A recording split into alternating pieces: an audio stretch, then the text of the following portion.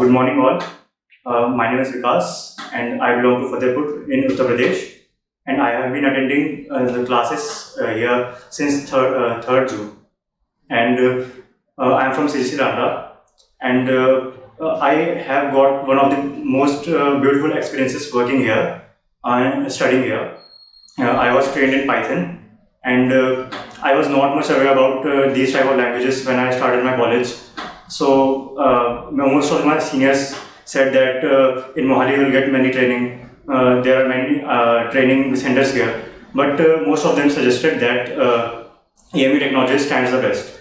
So that's why I came here by searching through internet, guiding my seniors guide me to just get trained from here. And now I can say that I am about 99% sure about my Python skills.